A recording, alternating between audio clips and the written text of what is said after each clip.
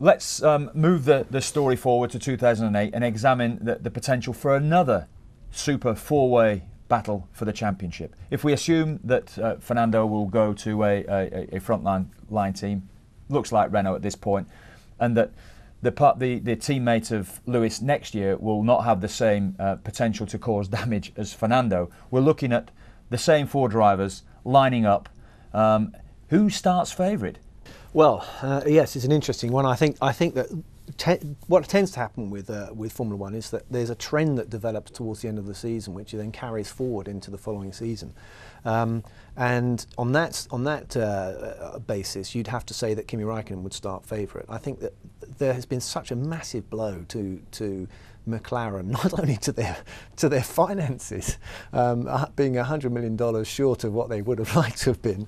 I'm sure that they can survive it, but nevertheless, you'd like to have a bit more money there in your war chest. There's that. There was the kind of shock of defeat when they were going so well and they had two great drivers. They've had a loss of a driver, and all the energy seemed to go back towards Ferrari. And at the last gasp, we had Kimi Räikkönen winning. And I think Kimi Räikkönen he started the season treading water, if you like, and he slowly established himself as a superior driver to Felipe Massa, and I think that's where he'll start the season next year.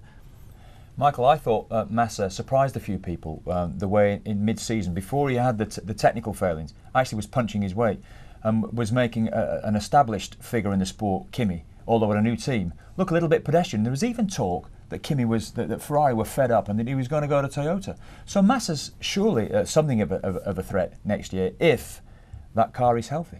Well, I think he proved. I mean, he's always had the speed, and we've seen that all the time he's been in Formula One. He started off pretty wild, had quite a lot of accidents. What you saw last year was him maturing, but at the end of the day, Kimi got on top of him.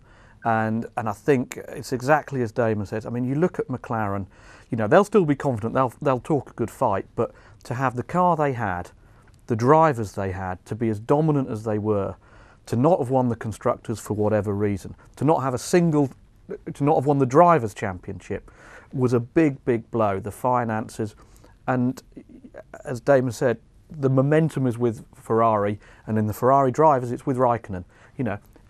He's put that world title behind him now. He's got it. It's not something hanging around his neck anymore.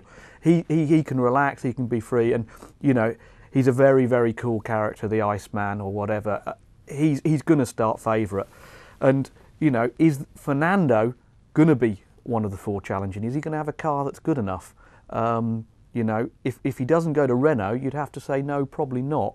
And again, for McLaren to be in the dominant position they were 2/3 of the way through last year, to have won no world titles, a big hole in your budget, and you don't even know who your second driver's going to be going on the next year, that's a pretty poor effort from where they were in the middle of last year.